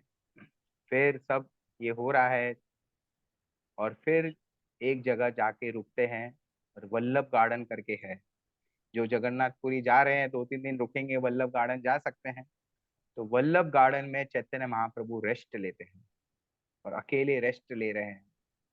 तब जाके छर्वम भट्टाचार्य किंग प्रतापरुद्र को बुलाते हैं और बोलते हैं जाओ। लेकिन कैसे जाओ? अरे ये राजा के वस्त्र पहन के मत जाओ, ठीक है? तुम एक साधारण मनुष्य, एक भिखारी के वस्त्र पहन के जाओ। और देखिए क्या किंग प्रतापरुद्र का अपने गुरु के ऊपर विश्वास, कि कि इतना हो गया, छी छी बोल दिया सैकड़ों भक्तों के सामने, और अब बोल रहे कि तुम जाओ। तो फिर भी वो जाते हैं। तो कैसे जाते हैं? हम्म? ये बहुत अगर दूसरा इंपॉर्टेंट पॉइंट, भक्तों का आशीर्वाद, भक्तों की आज्ञा। तो गुरु ने बोल दिया है तो ऐसे नहीं कि अब चले गए, हाँ चलो मैं रेडी हूँ। जो भी उधर वैष्णव प्रेजेंट है, राजा प्रतापरुद्र, उन सबका आशीर्वाद लेते हैं कि आपकी कृपा दो, आपका आशीर्वाद दो कि मैं अभी जा रहा हूँ महाप्रभु से मिलने। मैं अपने कार्य में सफल रहूं। इसी तरह जब ध्रुव महाराज, ठीक है, जब वो तपस्या कर रहे होते हैं और लास्ट में जब उनके लिए एक प्लेन आता है कि चलो हम तुम्हें वैकुंठ ले जाने आए हैं, तब वो ये नहीं अरे चलो मैं रेडी हूँ वैकुंठ जा रहे, नहीं, वो वहां पे जितने भी ऋषि मुनि प्रेजेंट थे सबका आशीर्वाद लेते हैं कि आपकी कृपा से, आपके आशीर्वाद से मेरे को ये अवसर मिला है, मैं जा रहा हूँ। तो भक्तों का आशीर्वाद, भक्तों की कृपा बहुत बहुत जरूरी है। ये मूड हमारे, मेरे जो बहुत एक डियर फ्रेंड है रेमुणा प्रभु, वो मैंने देखा है वो हमेशा यही मूड में रहते हैं। हम बरसाना डेंटल कैंप साथ में जाते हैं, तो ट्रेन में बैठने के बाद सब भक्त लोगों को मैसेज करेंगे, I am going for the camp, please pray for me that I can serve in the nice mood. अभी परसों तिरुपति जा रहे थे तो फिर मैसेज आया, I am going to dham, please pray that I can go in the nice mood. तो भक्तों का आशीर्वाद बहुत जरूरी है, और हर भक्त इंपॉर्टेंट है प्रभु माता जी। ऐसा नहीं कि ये भक्त कम है, ये भक्त सीनियर है, जूनियर है, हर भक्त इंपॉर्टेंट है। कौन सा भक्त हमें काम आएगा हम नहीं बोल सकते, तो हर भक्त इंपॉर्टेंट है हमारे जीवन में। तो वो सारे भक्तों का आशीर्वाद लेते हैं। और फिर क्या करते हैं? सर्वभौम भट्टाचार्य उनको इंस्ट्रक्शन देते हैं कि तुम जाओ और महाप्रभु की बॉडी को मसाज करो, और मसाज करते करते ये भागवत के श्लोक बोलो, गोपी गीत। तो महाप्रभु जाते हैं, और महाप्रभु अभी लेटे हुए हैं, हम, हाँ, मुंह उस तरफ करके। उन्होंने महाराज प्रतापरुद्र को देखा नहीं है। महाराज प्रतापरुद्र जाते हैं, मसाज करने लगते हैं, पैर दबाने लगते हैं, और गोपी गीत गाने लगते हैं। तो जैसे ही चैतन्य महाप्रभु वो गोपी गीत सुनते हैं, बड़े ही प्रसन्न होते हैं और बोलते हैं और गाओ, और गाओ, तुम कौन हो, तुम मुझे कितना प्रसन्न कर रहे हो, और गाओ, और गाओ। तुम तो मेरे लिए भगवान का रूप बनकर आए हो, मुझे इतना प्रसन्न कर रहे हो। ऐसे करते बोलते रहते हैं। और लास्ट में फिर चैतन्य महाप्रभु महाराज प्रतापरुद्र एक श्लोक बोलते हैं। ये श्लोक बोलते ही चैतन्य महाप्रभु एक्सटेसी में आ जाते हैं। सुनना है वो श्लोक कौन सा है? यस प्रभु जी। हाँ प्रभु जी। तव कथामृतम तप्त जीवनम कविभिरीडितं कल्मषपम् श्रवण मंगल श्रीमद आततम भुवि गृह्णन्ति ये भूरित जनः। इसका मतलब क्या है? इसका मतलब है तव कथामृतम, ठीक है, जो तव, आपकी कथामृतम, आपकी कथा, तप्त जीवनम, जो अपना जीवन आपकी कथा सुनाने में, दूसरों को आपके नाम का, हरि नाम का और हरि कथा प्रचार करने में जो अपना जीवन क्या बोलता है अपना जीवन उसमें व्यक्त करता है, उससे बड़ा इंसान इस दुनिया में कोई नहीं। आप उसके ऋणी हो जाते हो, कृष्ण को बोल रहे हैं। कृष्ण उनके ऋणी हो जाते हैं, क्योंकि उससे बड़ा गुरु, उससे बड़ा व्यक्ति कोई नहीं है जो अपना जीवन भगवान के नाम और हरि कथा को प्रचार करने में लगा दे। Those who spread the message of Godhead are certainly the most beneficent welfare worker. तो ये श्लोक बोलते हैं, तो जैसे ही महाप्रभु ये श्लोक सुनते हैं, महाप्रभु खड़े उठते हैं और किंग प्रतापरुद्र को गले लगा लेते हैं। बोले, तुमने मेरा हृदय बहुत प्रसन्न किया, तुम कौन हो? तो प्रभु बोलते हैं, प्रभु बोले कि तुम्ही करीला मोरहिता, अचंबिते आशी पिया ओ कृष्ण लीलामृता। बोले, तुम कौन हो? हम्म? तुम कौन हो के तुम कौन हो जो तुमने मुझे कृष्ण का नेक्टर पिलाया, अचंबिते पियाओ कृष्ण लीलामृत, कृष्ण की लीलाओं का मुझे अमृत पिलाया, तो कौन हो तुम? देखिए, ये अभी एक और इम्पोर्टेंट पॉइंट। चैतन्य महाप्रभु राजा को पूछ रहे हैं, कौन हो तुम? भगवान हमसे पूछ रहे हैं, कौन हो तुम, कौन हो तुम, कौन हो तुम? तो हम किस चेतना में रथ यात्रा में भाग लेने वाले हैं, किस चेतना में भगवान के पास जाने वाले हैं? अरे मैं XYZ एग्जीक्यूटिव डायरेक्टर हूँ जेपी मॉर्गन का, अरे मैं इतना बड़ा इंडस्ट्रियलिस्ट हूँ, अरे मेरे पास इतनी दुकान है, अरे मैं ये हूँ, माता हूँ, पिता हूँ, ये हूँ, वो हूँ। नहीं, किंग प्रतापरुद्र बोल सकते थे, अरे प्रभु पहचाना नहीं, मैं राजा प्रतापरुद्र। चैतन्य राजा क्या बोलते हैं? वो अपनी असली आइडेंटिटी बताते हैं। राजा कहे, आमी तुम्हारा दासेर अनुदास, भृत्यर भृत्य करे यही मोर आस। अब वो चैतन्य महाप्रभु को बोल रहे हैं, भगवान के सामने हम झूठ नहीं बोल सकते हैं। तो बड़े ही ये है महाराज प्रतापरुद्र का हृदय। कौन हूं मैं? तुम्हारा दास रे अनुदास, तुम्हारे सर्वंट का सर्वंट।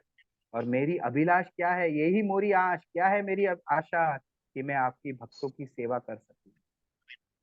तो प्रभुपाद इस परपट में लिखते हैं, the greatest achievement for a devotee is to become a servant of the servant of the lord. दास रे दास अनुदास। हमारे जीवन का असली गोल यही होना चाहिए कि हम भगवान के भक्तों के दास कैसे बने।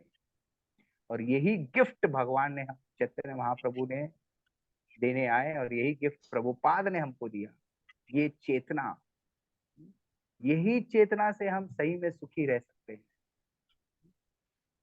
कि मैं भगवान, तो दास अनुदास का मतलब क्या? जैसे मैं पहले बोल रहा कि हाउ वी कोऑपरेट, हम एक दूसरे के साथ कोऑपरेट में कैसे रह सकते हैं, सहयोग से कैसे रह सकते हैं। एक दूसरे को ये नहीं कि मैं लीड हूँ, मैं ये हूँ, मैं वो हूँ, नहीं, हमारी चेतना यही होनी चाहिए। कि मैं दास दास अनुदास हूँ। एक एक चीज याद रखनी चाहिए कि कैसे इस व्यक्ति ने मुझे मेरी सहायता कर रहा है मेरी भक्ति में, और कैसे मैं इसके लिए कृतज्ञ रहूं, और कैसे इसकी भी सेवा करूं। तो प्रभुपाद पर्पट में लिखा, भगवान ने प्रहलाद महाराज को पूछा, तुम्हें क्या चाहिए? तो प्रहलाद महाराज ने भी यही कहा कि मुझे तुम्हारा, आपके भक्तों की सेवा दो। जब ध्रुव महाराज को पूछा क्या चाहिए, तब भी यही कहा कि आपके भक्तों की सेवा दो। तो इसी तरह यही चैतन्य महाप्रभु हमें सिखाने आए, ये चेतना, दास अनुदास, भगवान के भक्तों की सेवा, प्रेम भरी सेवा।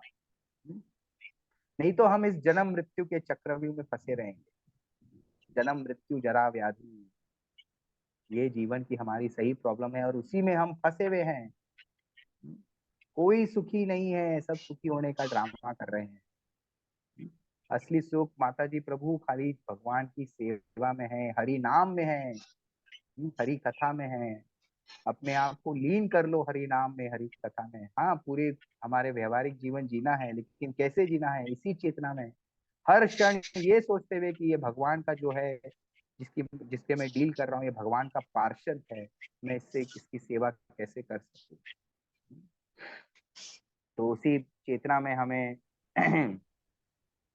भगवान के दर्शन करने हैं, भगवान के रथ खींचना है। अभी रथ यात्रा आ रही है, तो भगवान का रथ खींचना है, भगवान की सेवा करनी है। तो 7:30 एग्जैक्ट, 5:30 एग्जैक्टली बज गए हैं। 5 मिनट है तो एक चीज और बोल सकते हैं, एक श्लोक। 5 मिनट कंटिन्यू कर सकते हैं। यस प्रभु जी। तो चैतन्य चरितामृत में इसमें आता है कि भगवान के दर्शन का क्या लाभ। तो आप सब लोग जगन्नाथ जी के हम लोग दर्शन करने वाले हैं।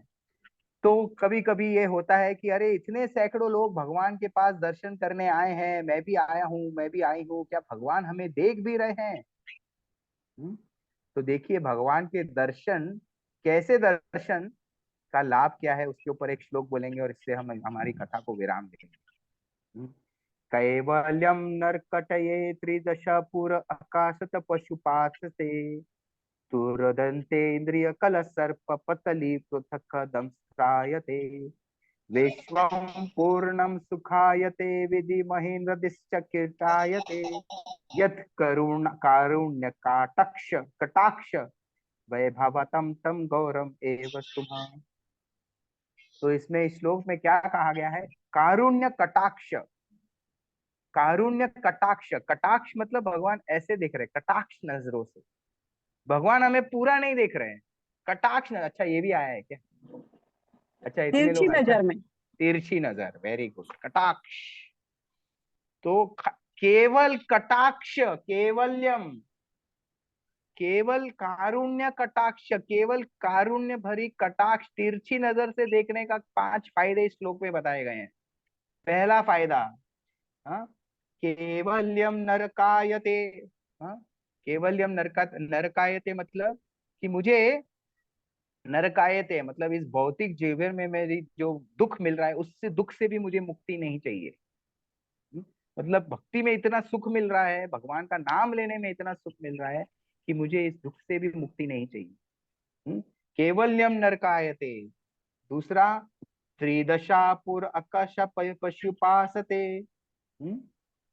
मतलब पुर आकाश पशुपासते, आकाश में पुष्प, आकाश में पुष्प उगता है क्या? हम्म? आकाश में पुष्प उगता है क्या? आकाश में पुष्प नहीं उगेगा ना, धरती पे उगेगा, बराबर।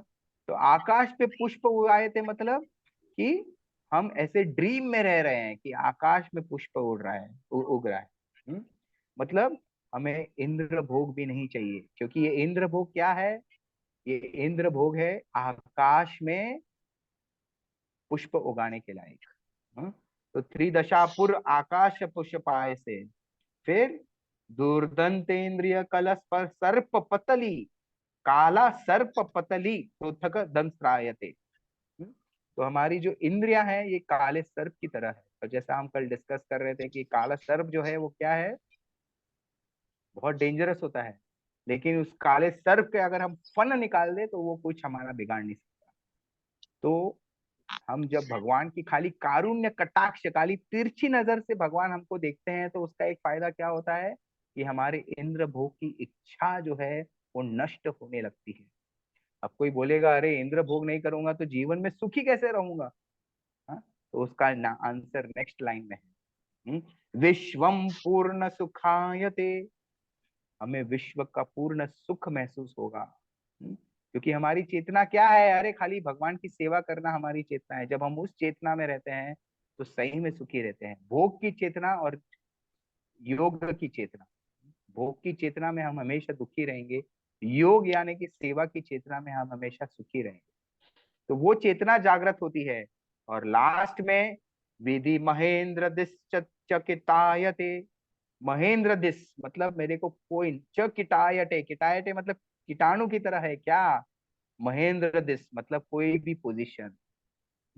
तो मुझे कोई पोजीशन नहीं चाहिए, मेंटर, काउंसलर, भक्ति वृक्ष लीडर, ये वो, lead teacher, lead cultural programme coordinator, lead preacher, lead ये लीड वो, मुझे कोई पोजीशन नहीं चाहिए, मुझे एक ही चाहिए, क्या? आपकी सेवा। तो जो भक्त लोग भगवान की दर्शन करना जा रहे हैं, भगवान से खाली इतना प्रार्थना कर लो कि भगवान खाली तिरछी नजर से भी हमें देख लो। तिरछी नजर से देखने से भी ये 5 फायदे हो जाएंगे। और पूरा देख लिया तो फिर तो हरि बोल। तो अभी रथ यात्रा आने वाली है, जो कोई भक्त लोग पुरी जा रहे हैं, कोई भक्त लोग यहीं भाग लेंगे। तो किस चेतना में लेनी है हमने सीख लिया है। कृतज्ञ भरे, ईर्ष्या से, क्या बोलते हैं, हटके, इसी भावना में कि मैं भगवान आपके भक्तों की कैसे सेवा कर सकूं, आपकी सेवा कैसे कर सकूं, और मेरी असली पोजीशन क्या है, सर्वेंट ऑफ द सर्वेंट, दास दास अनुदास। ऐसी ही कृपा बरसाए रखो कि हर साल रथ यात्रा में भाग ले सकूं, आपकी कटाक्ष नजर मेरे ऊपर पड़ती रहे और मेरी सेवा जो है आपकी ओर बढ़ती रहे। और एक बहुत इंपॉर्टेंट प्रार्थना आप कर सकते हैं कि प्रभु आपके नाम और आपकी कथा में मेरी रुचि बढ़े, हरि नाम और हरि कथा, क्योंकि हरि नाम और हरि कथा में ही असली सुख है।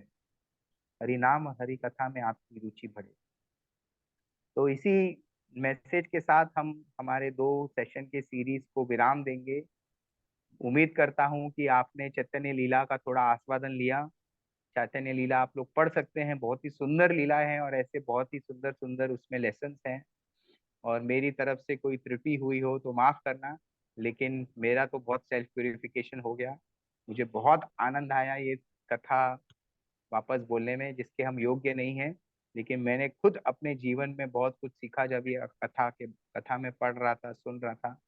तो आप सब लोगों का कोटि कोटि धन्यवाद कि आप लोग 2 दिन, डेढ़ पौने 2 घंटा निकाल के आए, अपना बहुमूल्य समय निकाला और इतने अटेंटिवली आपने सुना और मुझे ये सेवा का मौका दिया, क्योंकि अगर आप नहीं होते तो मैं किसे बोलता। तो आप लोगों का कोटि कोटि धन्यवाद कि ये सेवा का मौका मिला और मैं आपकी कुछ सेवा कर पाया। बोलो श्री चैतन्य महाप्रभु की जय। जगन्नाथ बलदेव सुभद्रा मैया की जय। जगन्नाथ रथ यात्रा महामहोत्सव की जय। लीला प्रभुपाद की जय। और प्रेमानंदे।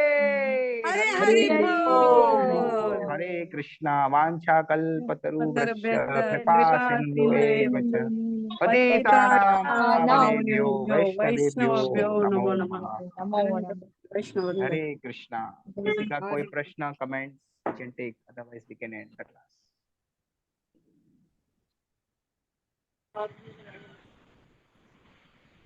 हमारे यहाँ पे तो तीर्थी नजर डालने को। हाँ, क्या बोले माता जी?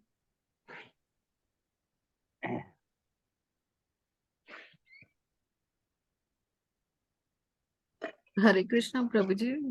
ये जो लास्ट में आपने ये 5 पॉइंट बताए ना, उसमें मेरा एक मिस हो गया। कौन सा मिस हुआ बोलो? फर्स्ट वन मुक्ति नहीं चाहिए, सेकेंड वन इज इंद्र भोग नहीं चाहिए, एंड लास्ट वन तो कोई पोजीशन नहीं चाहिए। वो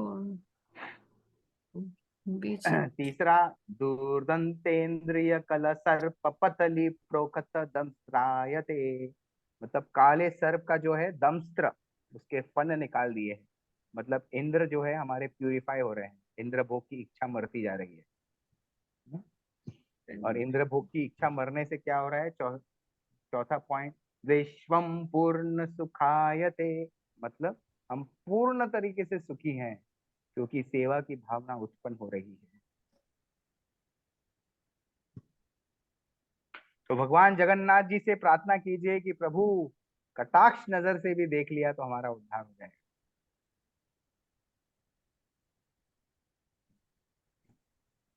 थैंक यू प्रभु जी। और किसी का कोई प्रश्न, कमेंट्स?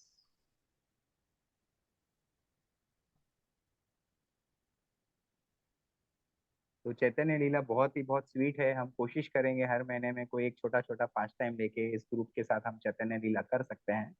आप लोग प्रार्थना कीजिए कि ऐसा समय हमें बार बार मिले। सरिता माता जी, उम्मीद है कि आपको हम प्रसन्न कर पाए। प्रभु जी और आपका बहुत बहुत धन्यवाद। हम लोग आपकी इस सेवा, लायक नहीं है, लेकिन आप इतना टाइम निकाल के हमारे लिए इतनी अच्छा कथा की है, हमारा कॉन्शियसनेस प्रिपेयर किया आप सबका जगन्नाथ रथ यात्रा के लिए। आपका बहुत बहुत धन्यवाद प्रभु जी, हरे कृष्ण। आपके समय के लिए। ओके, तो everyone can sign off now. सब लोग छोड़ सकते हैं और जगन्नाथ जी रथ यात्रा के लिए अपनी चेतना को तैयार कर सकते हैं। जय जगन्नाथ। हरे जय जगन्नाथ। थैंक यू प्रभु जी, थैंक यू सो मच। हरे कृष्ण।